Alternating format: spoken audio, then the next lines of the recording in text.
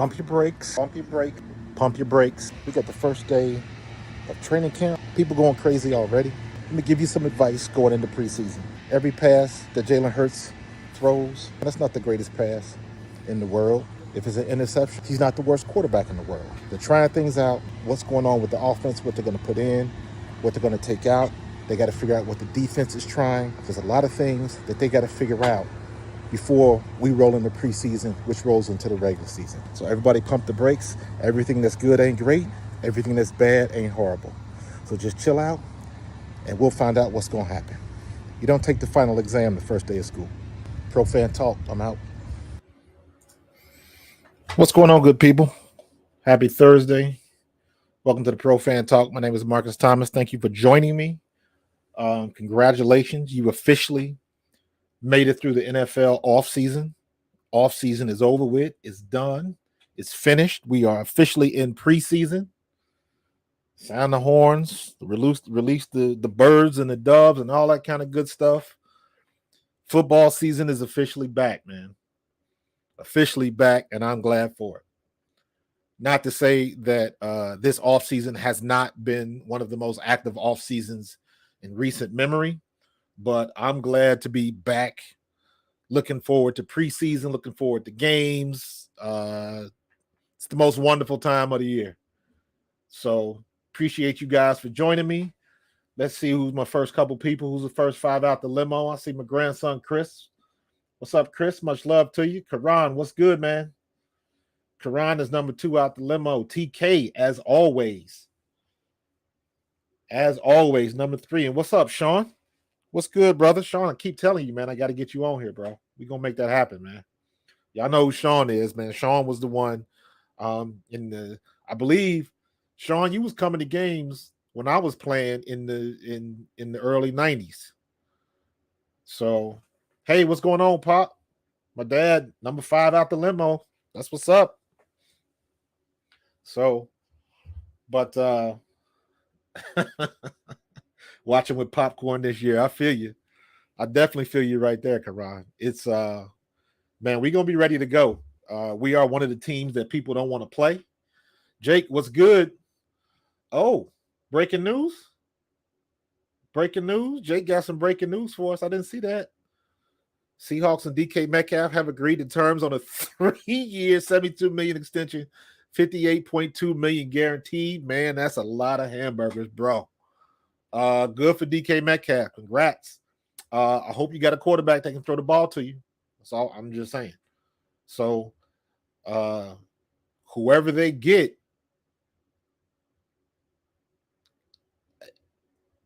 you got a receiver.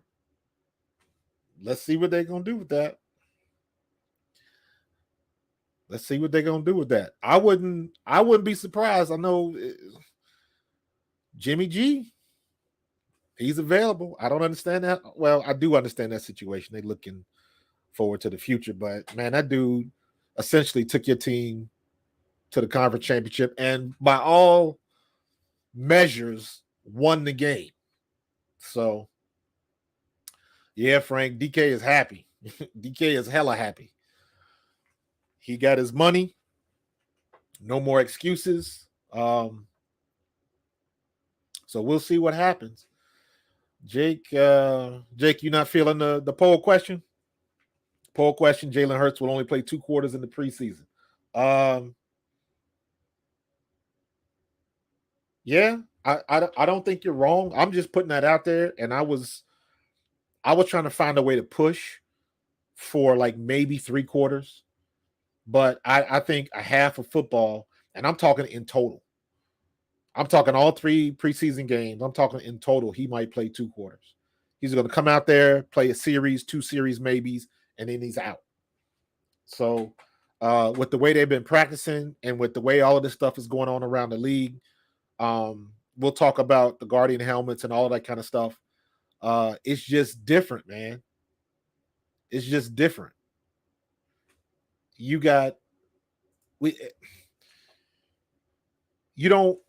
What we used to do back in the day. What's up, Rob? Glad you could join me, bro. Good to see you. Like the stuff, like I got in one of my notes, one of my talking points. the new two-a-days versus the old two-a-days. It's a totally different beast than what it used to be. I mean, I my first two-a-days in 93 was two-a-days. You were on that field, you better be on there by like 8:30 or whatever it was. So it means you had to get up at 6:37, get yourself down to the cafeteria, make sure you had something in you, something to eat. Then you had to catch the van down to the field because, mind you, we were in Westchester. So didn't nobody want to walk down that long hill to get to the practice facility. So you had to get there early enough to take the van, because if you didn't catch the van by a certain time, you knew you was going to be late. And that's the last thing you want to do, is get on that field late because everybody see you.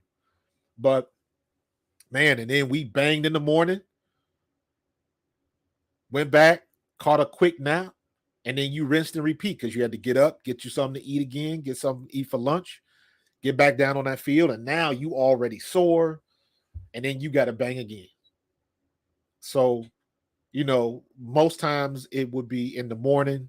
You would do like one-on-one drills or blitz pickup and stuff like that, where we would have to bang with the linebackers. And then we do 7-on-7. That gets you a little bit in action, full speed with the linebackers and the DBs running routes and stuff like that. And then in the afternoon was when you really bang. You did 7-on-7, and then you did blitz pickup again, except now you did team drill, 11-on-11 team. And that was live. Back then, you were bound to have at least 2.5 fights a day. It was guaranteed. It was some rookie, some young player trying to make a name for himself, and would, put a little extra mustard on the end of that tackle, or, showboating in front of a vet, and tempers would get hot, and next thing you know, fists are flying. And it would take a little bit, because you knew who was legit, and you knew who was trying to just start some stuff just so people would recognize them or pay attention. And the people that were doing it just for the attention, those were the ones that were usually promoted to fan pretty quickly. They got that knock on that door at 6 o'clock in the morning, and that's the one don't nobody want. That's the one nobody wants to get. When we were supposed to sign the kid, what's the kid name from Dallas? Jaquan, was it Hardy? The running back from Dallas. Apparently, he was the standout in last season's Hard Knocks, whenever the Cowboys was on Hard Knocks, whatever. I don't watch Hard Knocks. I've never watched it, never watched the full season. I heard it's awesome, but I don't do it. Specifically because I know in those episodes, they got those guys in there where they got to have that talk. And they tell them, I need you to go to coach's office and bring your playbook. And I can't watch it. I can't watch that. Because literally I don't watch the show. So I don't know if they show these kids in the aftermath, like that dead feeling you get. William, what's going on, dude? That dead feeling you get after you've been cut. That's a feeling. That's something like I don't even like reliving it. I don't like reliving it, because that's like, think of the thing that you want to do the most in your life, and now somebody's like snatching it away. Like you are in it, and then somebody's taking it away. And a lot of times, not for the right reasons. A lot of times, it's not because somebody was better than you. A lot of times, it's political. It's a numbers game is one thing that you hear. And what that means is, yes, we like you, but we got somebody here that's already on contract, and we paying them a lot of money, so we can't cut them. We're not going to give that money away for free. So a lot of stuff in that. So I've never watched Hard Knocks, but back in those days when we went to camp, man, we used to bang. We used to bang it. And it was you had to survive that. Because that first day in camp it's different than when you were in high school. It's different than when you were in college. And again, I'm assuming, and I'm talking because back then in high school we had 2-a-days, full practice. In college we had 2-a-days, full practice. My first year at Eastern Kentucky, the first week of 2-a-days, the first day out there in full pads, it was 98 degrees. Then it went up to 103. Then it went up to 105. Then it went up to 107. And we didn't stop one day. We had some people falling out, but we had 2 practices a day. Now, luckily, we had a coach, Coach Roy Kidd. He wasn't about all of that. You don't need water and all of that kind of nonsense. At least we were smart in that regard, and everybody was hydrated and all of that kind of stuff. But I know there were programs that didn't play like that. They was like, unless you practicing well, you don't deserve any water and all of that kind of nonsense. They don't do that no more, but that was par for the course back in the day. So, but listen, man, training camp has begun, and you saw my video at the front. I posted that on my Pro Fan Talk social media. Anybody that's paying attention, you see that I changed the name from Pro Fan Perspective and just changed it to Pro Fan Talk so it could align with the show and some of the other stuff that I'm doing. Just so keep everything on the same page, and most people don't even realize it. But I posted that. I'm trying to post some more social media stuff, more interactive and motion graphics type stuff, because that's what I do. So I love adding that little touch to it. But I was seeing all of the hype coming out of camp, and it happens every year, and it happens with all of the teams. It's nothing new, but it's still funny because we go through such a drought of football. And then when it finally comes back, everybody goes just gung-ho. Everybody goes ham on what's going on. And the smallest thing, again, we talking about critical mass again, that the smallest thing gets blown up way out of proportion. And it's hilarious to me. It's hilarious to me. Let me see if I can put this up. Hold up. This is everybody was talking about this throw and catch from Jalen Hurts to Quez Watkins. Let me see if this will work. There we go. So check this out. Throws a good ball, back shoulder. Quez adjusts. I can't tell who the defensive back is. Good throw, good catch. And people saw this and lost their minds. They saw this play and like they lost their ever-loving minds because it's a regular pitch and catch. This is the drill that they're doing. You running from you practicing against the DBs. They're not running a lot of routes. So this is one of those drills where the only thing I see here is they're working on that back shoulder throw. Now, whether or not the DB knows it or not, probably not. But that's something that they work on. They're working on the timing, mental notes, mental muscle memory, things like that. So in the game, Jalen knows how far he's got to drop back, what kind of touch to put on the ball, and put it in the right place. The ball was not underthrown. He was trying to throw it there on purpose. So now you're talking about a situation where the defensive back is backpedaling. He's turned his hips. Now he's running with the receiver, and the receiver breaks down and jumps back and turns his back to the defensive back. And he makes the catch. Jalen had a couple touchdowns like that last year. And that's a good pass to throw. He had a couple good passes like that where he threw some darts to Vontae. So that's one of the things that they practice. They're supposed to practice, and they're supposed to go down like that. But that is not the greatest thing since sliced bread.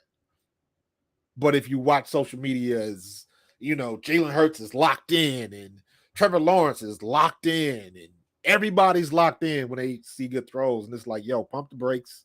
I know y'all fiending for information, but that's just a regular pitch and catch, man.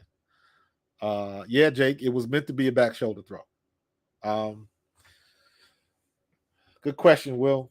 What do I think about Julio signing in Tampa? Is he washed or does he bring something to the team?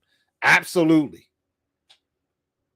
Absolutely. If you think for a minute, he might be what, 33, 34, I think. Julio Jones is still better than 60% of wide receivers in the league. Easy. So is that an upgrade for Tampa Bay? Absolutely. And then you got, anytime you got the man back there, anytime you got Tom Brady throwing a rock, you got a really good chance to win. You got a really good chance to win. So now you got Tom Brady and you got somebody that's just as talented. He might not be as fast anymore, but just as talented, if not more, than Antonio Brown, and not a head case. So now you got basically Tom Brady's got old reliable lining up, either at X or Y or whatever they're going to put him. So that's a great pickup. And I don't blame Julio Jones. I'm actually happy for him because I'd love to see when old players get a shot they understand what the odometer says, and they're running out of time.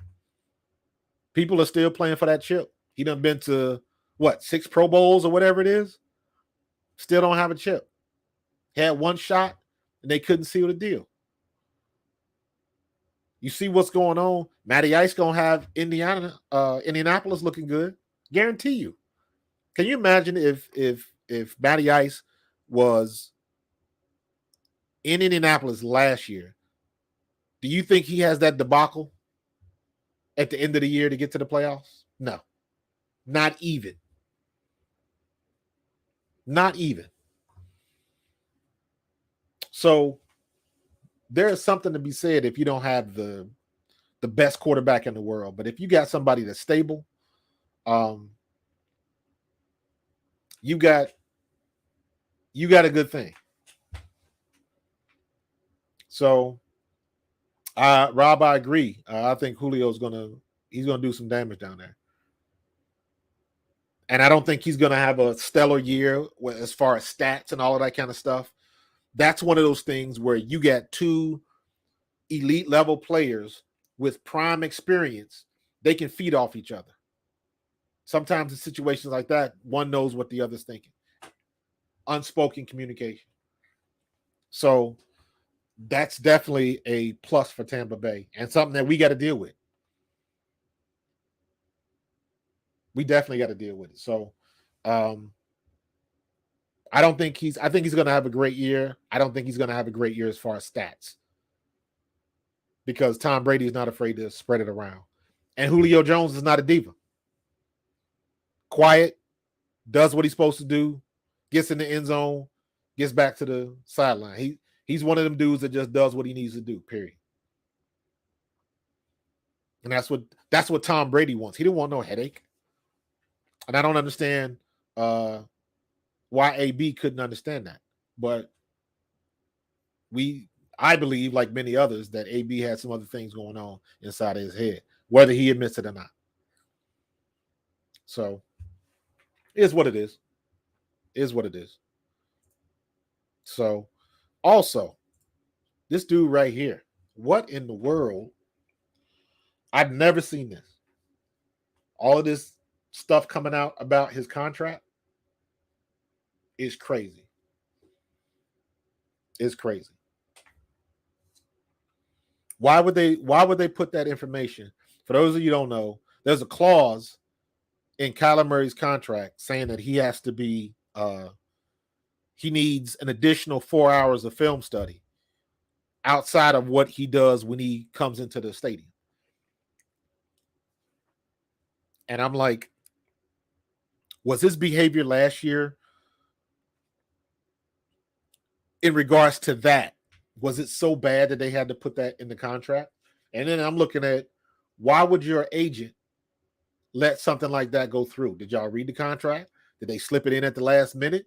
Like, I'd have major questions from my agent, like, if that's the situation. If that's the situation. Because he could have said no, but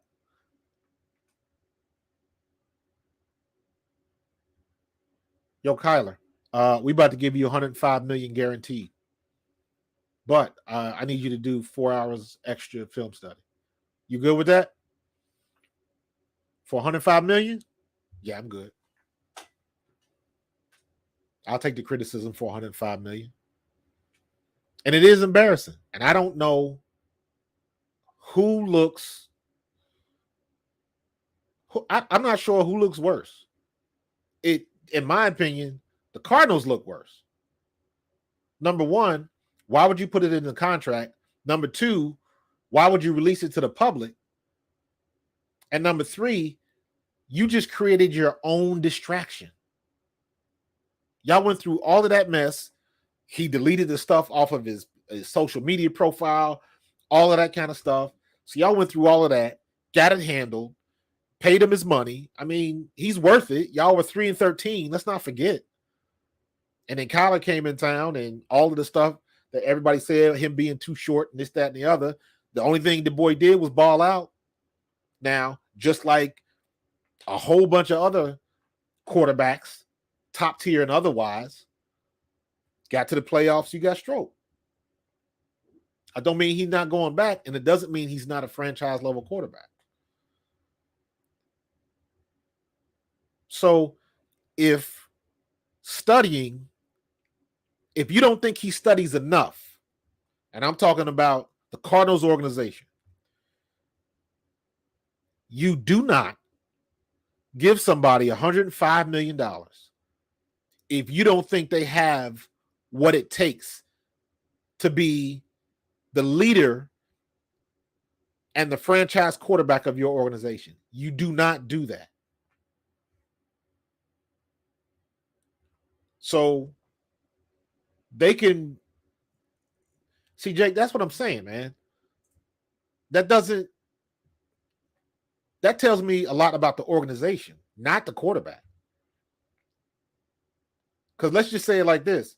Kyler Murray was doing the same thing his past 3 years. They knew what they had, and guess what? He was successful at it. So whatever he was doing was working. Kyler Murray's electrifying.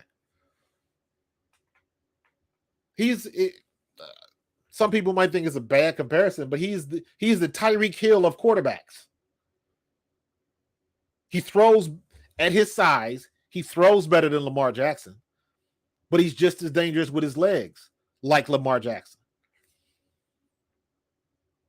So I don't know.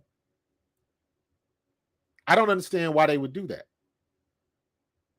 Again, Jake, I understand your point, but you don't pay somebody $105 million if you don't think they study enough. That doesn't make that's stupid.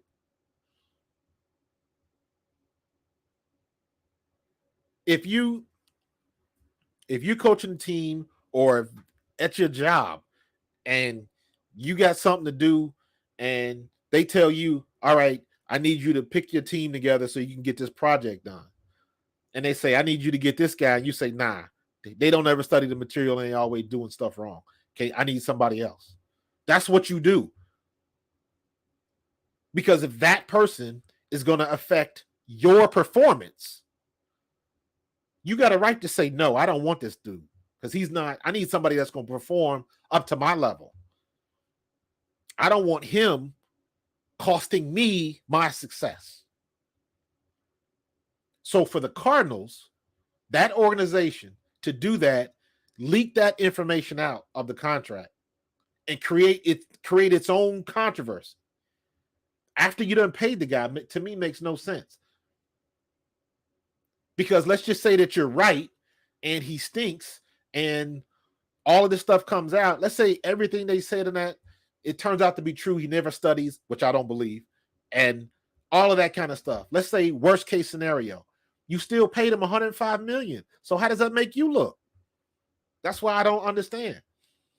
I do put a little bit of blame on Kyler's agent. Like, why would you let him sign this? But at the end of the day, yo, we giving you $105 million. And Kyler like, okay, what you need me to sign?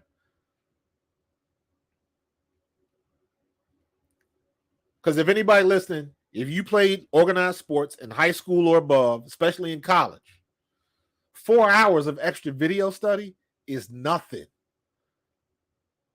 That's nothing. Anybody that played football, when you go in after the day after the game and you go watch tape, right? 15-minute quarters. You might have 3, maybe 4 series on offense, depending on how the game goes. It might take you a half hour to 45 minutes to watch 3 series of offense or defense based on what your coach will do. Let's run it back. Let's run it back. Let's run. If you're on the defensive line and y'all playing a 4-3, you're going to run it back at least 16 times. Every position on the field, you're going to run it back at least 4 times. What were you doing on this play? Didn't you see the guy come in motion? Didn't we teach you to slide out? How come you didn't slide out? Run it back. What are you supposed to do? What are you seeing? You don't just watch tape. And it's more than just watching tape and writing down some notes. No, you get into it. You get into it. You run it back. Now they got video. Before, again, showing my age, when I was in high school, we used to do reel to reel. Got into college, we used to do Super VHS. So if you ever tried to run it back on the VHS with the remote, that's not that instant feedback. Now these guys got digital. Everything is projection, digital. So you can slide it just like you do on your iPad. You slide your hand forward and you scrub it back and forth. So you get instant feedback. Where that comes into play is when you watch a film, you're looking at technique. Why did you step outside? You're supposed to step straight forward. You can get into technique. If you were running back, you're supposed to hit the inside butt cheek of the tackle and go off of his block. If he hooks his man, you're supposed to go outside. If he drives his man out, you cut off his butt and you get north and south. Stuff like that. You get in tape.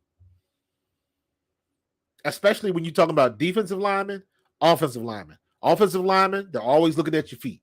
Let me see what your feet. Is your base good? Did you bring your hands up? Defensive lineman, did you get off the ball quick? Let me see your hands. Let me see you. Did you bring your hands? Did you get them off of you? Did you swim technique right? All of that kind of stuff is watching tape. Quarterbacks, you look at your drops. 3-step, 5-step, 7-step. And you're watching the videotape, they can time you. How long did you have the ball? All right, you got 2.5 seconds. You need to get rid of the ball. You need to get rid of the ball. They do all that stuff by watching film. 4 hours is nothing to watch film. If it would have said an extra 8 hours, then you'd be like, dang, do they ever want him to leave the facility? Like, I can see that. 4 hours? That's nothing. 4 hours is nothing. So I don't understand why would they even put that in the contract? So either somebody had something against Kyler or I don't know. I don't get it. To me, it's not worth the headache that the Cardinals are now going to have every time Kyler has a bad game. And I don't care what level you are. Every quarterback's going to have a bad game. Everybody. Tom Brady has bad games. Look at your boy in Bradford, bad games. Every quarterback has bad games. So now, every time Kyler is not up to snuff, what do you think is the first thing they're going to say? And God forbid if they struggle, whether it's his fault or not, they're going to come down on him. So they just created a horrible distraction because now going into camp when everybody should be focused, what do you think? I don't know if everybody saw the press conference. I should have got the video clip of the press conference. So basically he's answering the question. And at the end of the press conference, he's like, all right, I don't want to talk about this anymore. If anybody else has any football questions, I'll take those right now. And what do? Any journalist worth their salt, they're going to press him on the clause issue. And he's like, next question, anybody else got any football? So now you already know he's frustrated. Tired of hearing that. And he was right. For somebody to think that he doesn't put in the time and the study to do what he can do to get where he is at his size, to be the franchise quarterback, you do not get that without putting in your time, without putting in the work. It just doesn't happen. It doesn't happen. You look at Ryan Leaf, you look at Jeff George, you can look at some think Jameis Winston was like that for a minute. Now it looks like he's got it turned around. There's a ton of quarterbacks that had all the talent in the world, but it didn't manifest on the field. You got to put in the work. And for people to think that he doesn't, now to even question it. Like we watch and we take in so much content, especially when in regards to sports and stuff like that. I think we're at a situation right now where I don't think people really appreciate the type of work that it takes to play at that level. They don't. They don't. I'll even take it so far as like you take somebody like you look at Jalen Reagor, and it'll be a bunch of people. The first thing out of their mouth is like Jalen Reagor sucks. Nah, he don't suck. He's just not getting it done for us. You don't get to that point by sucking. Period. I don't care how bad you are when you get here. You had to get here for a reason. People used to say, and I never agree with this. You hear guys say playing in the NFL is a privilege. I don't necessarily agree with that. Because somebody had to pick you out, and you had to stand out, and you had to put work in. So they need you, which is why they got you. So you put in work to let somebody know I can help your situation if you bring me in. I don't necessarily think that's privilege. I think that's somebody recognizing talent and helping your situation out. You got to put in work to get that opportunity.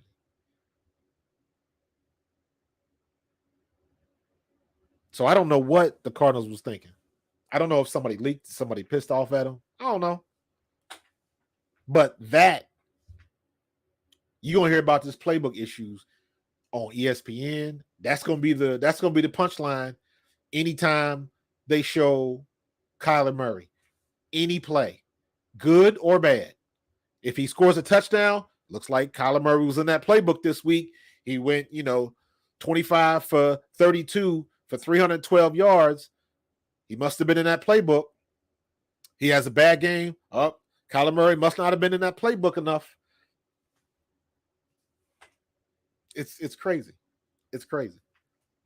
I don't understand who in that organization thought that was a good idea, but we'll see how it plays out. So crazy stuff, man. Crazy stuff.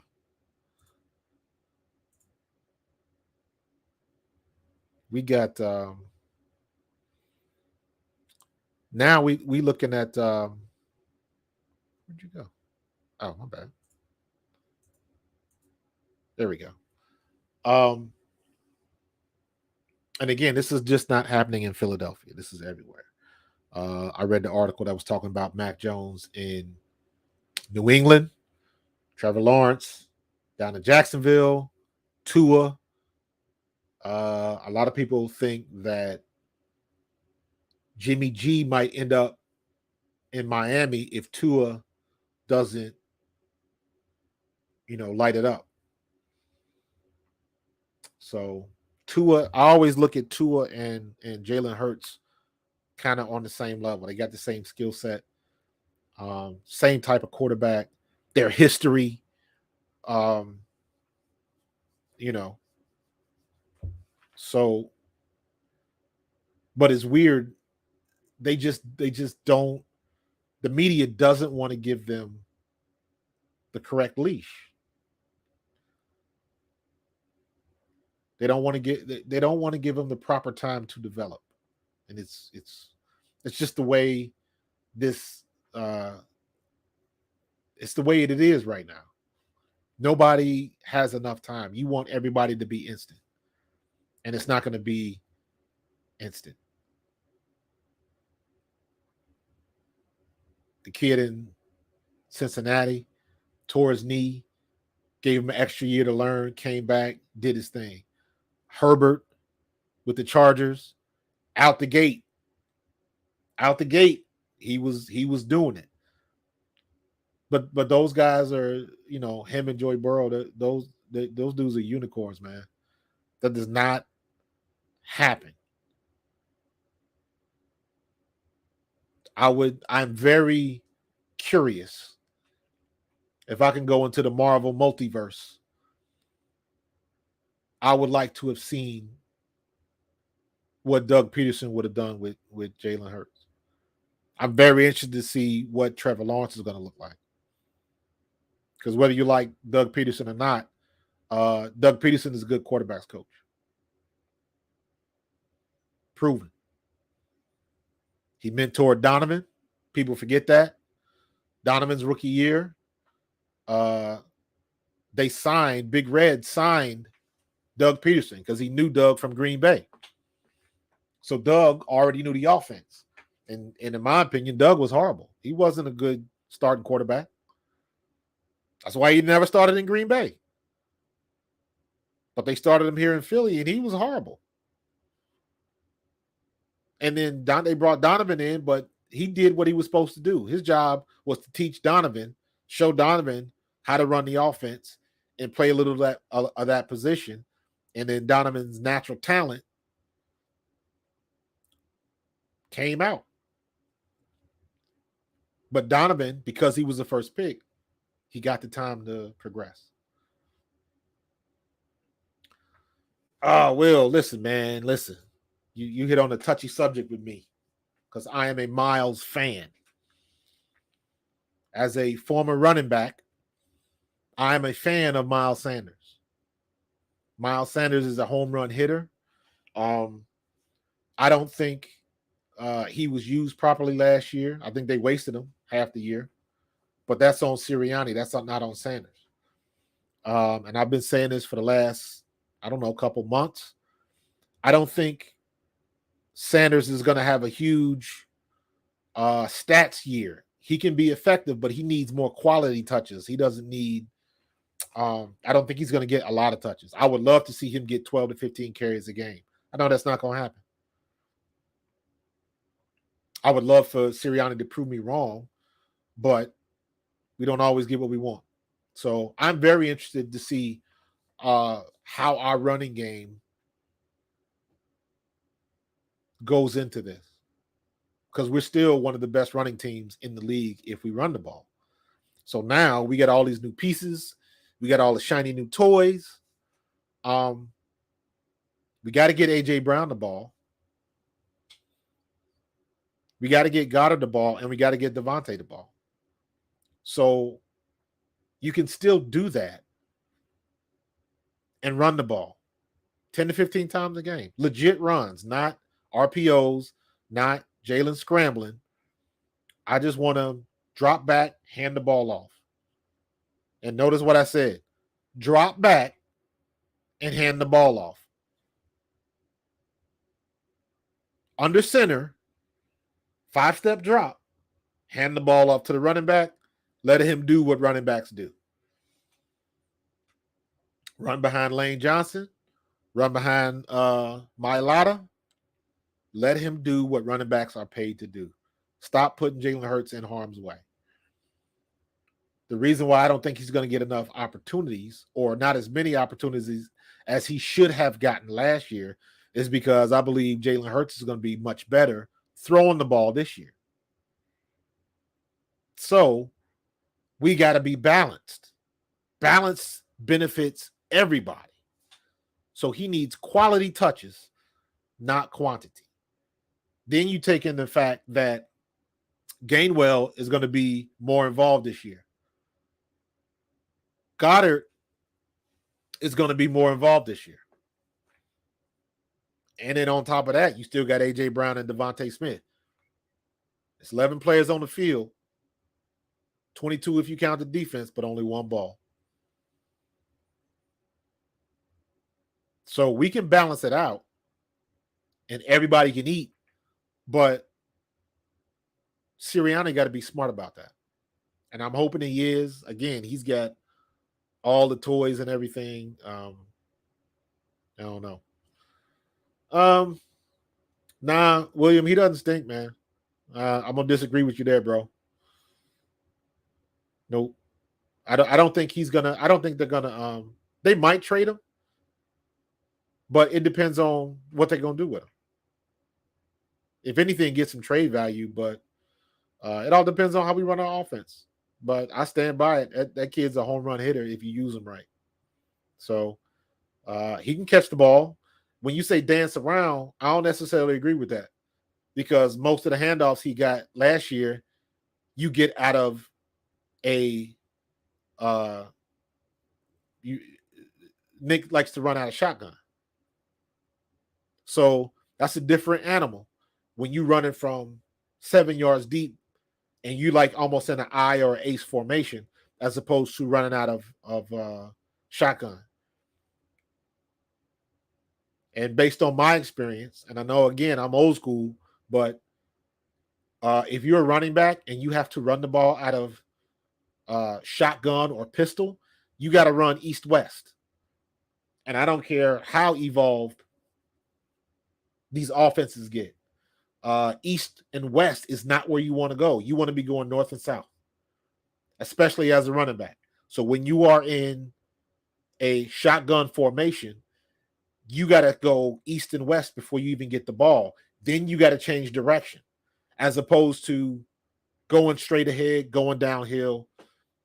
I need to be going full speed when I reach the line of scrimmage behind Jordan Mailata or Lane Johnson. That's what I want. And a running back at that level is fast enough to be going almost full speed, see where he needs to go, and make the appropriate cut. That's what running backs do.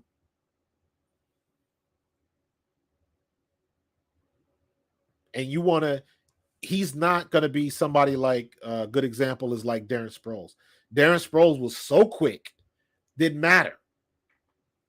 And you can use somebody like that. Boston Scott, kind of.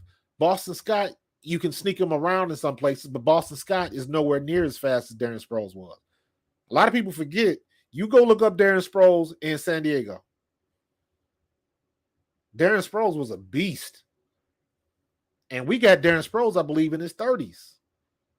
And he was still killing folks. I think, William, I think it's going to be a mix, man. But I think it's going to be more shotgun than anything else. And I don't particularly like, I don't hate shotgun. I hate running out of shotgun. I hate running out of shotgun. That's very difficult to do. It's not difficult to do, but there's more responsibility on the offensive line getting their seals. Sealing, if basically tackle, tight end. If you're running shotgun and you run into the weak side, that means tight ends on the opposite side. Let's say you run into the right. That means your tight end's on the left. That means that offensive tackle is going head up on that defensive end. The defensive end is almost always going to be outside shade, which means the tackle has to drive that defensive tackle out. Linebacker's going to fill. Somebody's got to be blocking the linebacker. So either that's the other running back or a guard will slide off and his responsibility is to get the linebacker if he comes or stay on that D tackle that might be head up on him. It's a chess game. But you make it infinitely easier if you run out of ace if you got somebody under center. Because the minute that quarterback drops back and sticks that hand out with the ball, everybody goes pass and they take a step back. That's what play action is for. That benefits everybody. It benefits the running game, it benefits the screen game, and it definitely benefits the pass game. Just imagine if anybody that got kids or little brothers, if you're going to race your little brother or your kid, and you are facing them, and they are running at you, and you can't move until they get exactly equal to you, you're not going to win that race. Because now you got to turn around and you got to catch them. That's what happens when you do play actions. The minute you stick that hand out there with that ball, the first thing linebackers will do was either stop or take a step up, because now they got to enforce the run. It's ingrained in them. When they realize it's a fake, then they go back into coverage. But if you can get that one step stopping or one step forward equals 3 steps of separation, because you've stopped. And if I'm in a pass pattern, I'm running past you. It's all about matchups. You got to learn what you got to do. The reason why you see all these people going in motion and going back, it's all a chess game. You go in motion, are they in man coverage or are they in zone coverage? If they're in man coverage, if you go in motion, the man that's got you is going to run across with you. If they in zone, they're going to slide across. You always see the linebackers back up and they move over, and then they shift over so they can move their zone over to the coverage. It's a chess game. And we got to put our pieces in the right positions to be successful. I'm going to tell you right now, if we don't have a screen game this year, I'm going to be pissed. Because that means you're just throwing away money. Greg, what's going on, dude? We have got to have a screen game this year. We got Dallas Goedert, we got Boston Scott, we got Gainwell, we got Sanders. I already know AJ Brown. I saw it in the one of the clips that they were showing from practice, where they run the end around, the same play they was trying to run with Jalen Reagor last year. Now, are we going to have any better results with AJ Brown running it? Is AJ Brown faster than Jalen Reagor? I don't know. But it doesn't matter. If everybody and their mama know that play is coming, I don't care who's running it. Tyreek Hill, AJ Brown, Devin Allen, it don't matter. Don't matter how fast you are, they're going to be ready for you. Situations like that, players like when you see like Tyreek Hill and stuff like that, when you look at those plays where they do the end around or they do the jet sweep, all of that kind of stuff, he's so fast that either they don't have time to react to it or they make some incredible move or shake somebody and they make a play. The play didn't work. They make the play. That's what you don't want to happen. You want to play to work the way it's designed to work. You don't want to have to have a player that's going to shake everybody or do some incredible Barry Sanders type move and get on the highlight tape, be on ESPN. That's great. That's the cherry on top. You don't want to have to rely on that stuff. The chess game, that's the offensive scheme and the defensive scheme. That's where all of that stuff comes to play. That's where all of that stuff matters, man.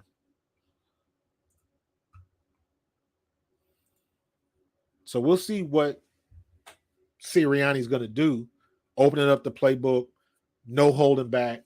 What's up, Pete? So it'll be interesting to see how we go into this. I'm so ready to see the first preseason game.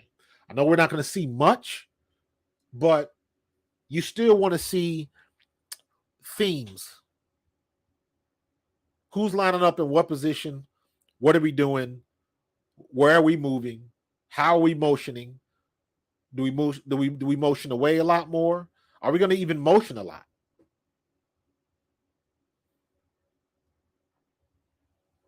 Are we going to even motion a lot? So uh, there's just a lot of stuff on the table, man. And Sirianni's on he's under just as much pressure as everybody else, at Jalen Hurts. Because what happens if Jalen Hurts is balling, but you can tell that, like, yo, Nick, like, what are you doing? What are you calling? Y'all remember? I'm still not sure about that. Why is my Siri going off? Why I'm still not sure about that. why is why did the when the Eagles played Carolina? It wasn't Carolina. Steve Smith was commentating, and he said that the Eagles were trash and the offense looked like high school. And it did. It was horrible because he was trying to throw the ball. He didn't want to commit to the run. He didn't even want to run to be balanced. And it literally looked like Nick Sirianni didn't know what the hell he was doing. And he might not have. I don't know if the guy calling plays this year is going to have a better time, because guess what? If he struggles, people are going to be like, well, then why did Nick give it up? If he's struggling and Nick thought he was better at it than Sirianni was, we in the world of hurt. So, we got a lot of question marks. We are very, very hyped, rightfully so. We are starting to get the recognition and our just due as a team on the rise, rightfully so. Everybody's finally, I guess, warming up, for lack of a better phrase. Everybody's finally warming up to Jalen Hurts, even people that didn't like Jalen Hurts. And there's still a lot of people, and when I say a lot of people, I'm talking media heads and stuff like that. See you, William. Thanks for joining, bro. Tell somebody to join. Everybody's warming up, and we are the pretty much the favorite for to win the NFCs. Our biggest competition is still going to be the Cowboys, but you can't take at any given Sunday, anything can happen. I went back and looked at our record earlier, and I remember the San Diego game we lost against the Chargers. We should have won that game. We lost against, we got lucky against the Panthers. I believe Jalen Hurts threw 3 interceptions that game. That was like 17-15 game or something like that. It was horrible. He looked trash. And I think it was a Giants game that we lost. It was 3 games that we should not have lost. Ryan Swoop, what's going on, dude? It was 3 games that we shouldn't have lost. So we can at least get them games back. That puts us at 12 wins. So now we're looking at 12-5. Our biggest competition, obviously, is going to be Dallas. I think we got better weapons than Dallas. But again, everything, all of this is coming down on the play of Jalen Hurts. We cannot be in a situation where, like, man, I'm hoping Jalen will have a good, he'll come out of it. He's due to have a good game. We can't have that. We got to have, I need Jalen Hurts to have consistency. I need Jalen Hurts to be, if he throws 25 to 30 times a game, I'm not worried about it.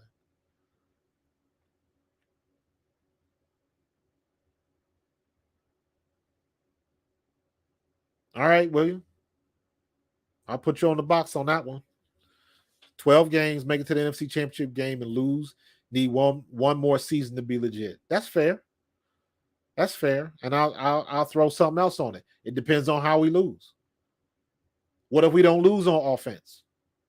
What if the defense can't stop somebody? There's a couple different ways you can lose. What if special teams don't get it done? So it may not necessarily be on Jalen. Jalen might ball out. There's a lot of ways you can lose a game, just like a lot of ways you can win a game. Most people forget when we won the Super Bowl. The reason I was so proud when the Eagles won the Super Bowl, do you guys realize we took Tom Brady's best shot? I believe stat-wise, that was the best Super Bowl Tom Brady's ever played. They were chucking that ball around. We outscored. We put 44 points on New England. Nick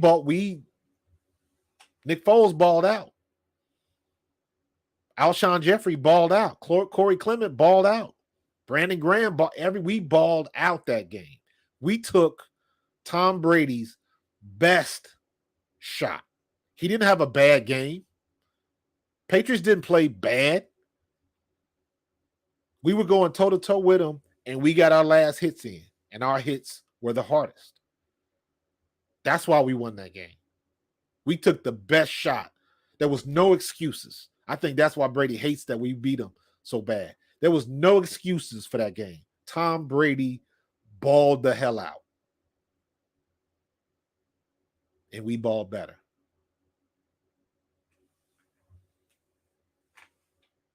If we make the NFC Championship, we go into the Super Bowl. Pump your brakes, man. Pump your brakes. If we get the NFC Championship game, let's get to the NFC Championship game. I don't disagree with you, sir.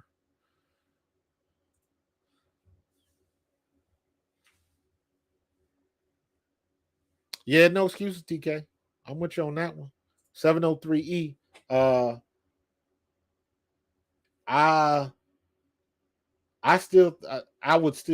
still waiting on that 30 for 30. Because I want to understand something drastic had to have happened. There had to be a drastic change of opinion with Doug Peterson. I don't know what the hell was going on. I don't know what behind the scenes was going on.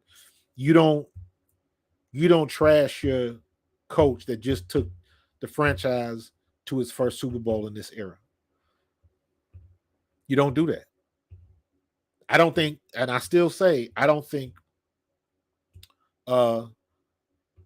Jeffrey Lurie wanted to do that. Something had to have happened because clearly Jeffrey Lurie didn't want to fire Doug Peterson. He didn't. Everybody had already made their coaching hires. We were behind the 8-ball. We ended up with Nick Sirianni because there was nobody else to get. Everybody had already done their interviews and stuff like that. When all of that stuff went down, timing-wise, we were in the worst predicament. We may have gotten lucky and found a diamond in the rough with Sirianni. That remains to be seen. Because we're going into Sirianni's second year.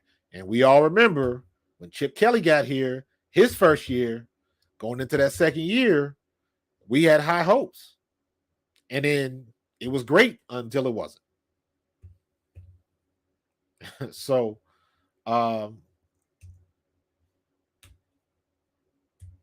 yeah, that could be it, man. That could be it. But I don't know. I'm with you. I wanted to see Doug stay. I wanted to see what Doug was going to do with Jalen Hurts. I wanted to see. I wasn't, even though as bad as Carson was playing, I didn't think they should have yanked Carson. Carson was having a bad spell, but what Carson was doing was historic. And I mean that from the sense of historically, if you look at starting quarterbacks, their third or fourth year, everybody, look at the stats, go look it up. Everybody would have like a bad year. So he wasn't out of the norm. You know what I'm saying? He was going through his rough stretch that every starting quarterback, every franchise quarterback goes through. He wasn't going through anything abnormal. We feel because he playing for our team, so we're like he's sucking and we got to get him out. Maybe we need to sit him down. All that type of conversation always gets started because everybody think they got the right answer and they don't. But the kind of struggles Carson was having was no different than anybody else. Nothing was happening out of the normal. So I wanted to see him keep Carson. I didn't want to see Carson go. And then after all the pouting stuff, it was like, okay, you got to do what you got to do. Because then it started getting to his head. I mean, then you got mental and the way Carson's personality is. Then it got to the point where it just wasn't vibing. But his play, he was fine. He would come out of that slump. Everybody does. So again, I'm waiting for that 30 for 30. All right, man. It's time to get out of here. Some quick wrap-up stuff. I meant to mention it earlier, but we got long-winded. I got long-winded. We just signed, what's his name? Kobe Smith. Thank you. Kobe Smith. We just signed him from Tampa Bay. Big body, 6'2", 300 pounds. Didn't play much last year. So we'll see what's going on. Ryan. It's a long question, bro. I'm going to put it up there before I get up out of here. Do you see A.J. Brown having more catches than Devontae Smith? I do think so because he catches most of the stuff close to the line. Yards after catch. He won't have I see Brown having more catches than TDs, but I think Smith will have more yards on catches. I don't know. That's a good question, man. It all depends on how they run it. All depends on how they want it. Are they going to put AJ at slot? Are they going to move him around? Are they going to create some space for Devontae?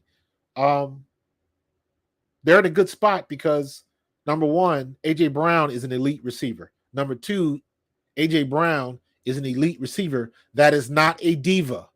Number three, AJ Brown is an elite receiver that's not a diva that's best friends with your quarterback. So you got talent, you got personality, and you got relationship already. That's a winning combination. So if he's not getting the touches, but the team is winning, I don't think he's going to be a problem. So I think we got the best situation that we could ever have. Props to Howie Roseman.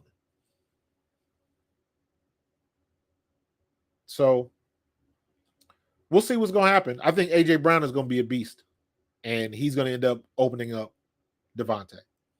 So we're going to really see what Devontae can do.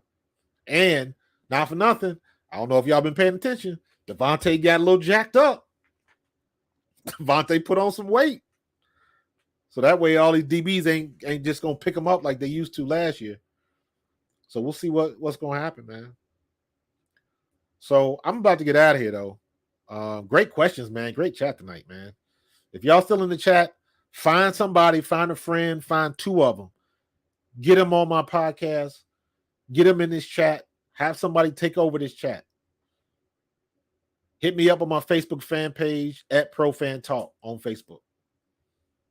We got to get more people involved, man. I've been getting a lot of love. Yo, I went from like 500. I'm up to almost 800. So I want to keep it moving. I want to get up to 1K before the season starts. So let's get it. We can do it. So appreciate it, Lero. I appreciate it, man. If anybody got any ideas, listen, man, I do not do this on my own. One thing I can pride myself being a player and a coach, I know what I don't know. And there's always room for somebody that's smarter than me. So if y'all got some ideas on how to make the content better, hit me up in my DMs, man. I take all of that stuff to heart and I listen. So let me know. All right. So I appreciate y'all joining in, man. 703, you was on fire tonight, bro. I appreciate it. Sean, as always, man, we are going to get together. I'm going to get you on this show, bro. That's a promise. Lero, come back again, man. I appreciate that, man. Sure thing. I appreciate it, man. Definitely listen again, bro. I appreciate that. But I'm going to get out of here. Y'all have a good week. I'm not going to be at the Eagles alumni game next week. I'm sitting this one out, obviously, for obvious reasons. If you want to know, hit me up. But I found a whole bunch of pictures that I'm gonna be posting next week going into the game. That's our alumni game. We always get together, have a good time seeing guys that I haven't seen in a while. But I'll definitely be posting a bunch of pictures up this week, so it'll be fun. And I'm trying to get it lined up for a guest, one of the Eagles alumni, to come on with me next week. I don't have anything certain, so I'm not gonna say any names yet, but we'll see what's gonna happen. So come back next week. I appreciate y'all, and I will holler at you then. Go Birds. Peace.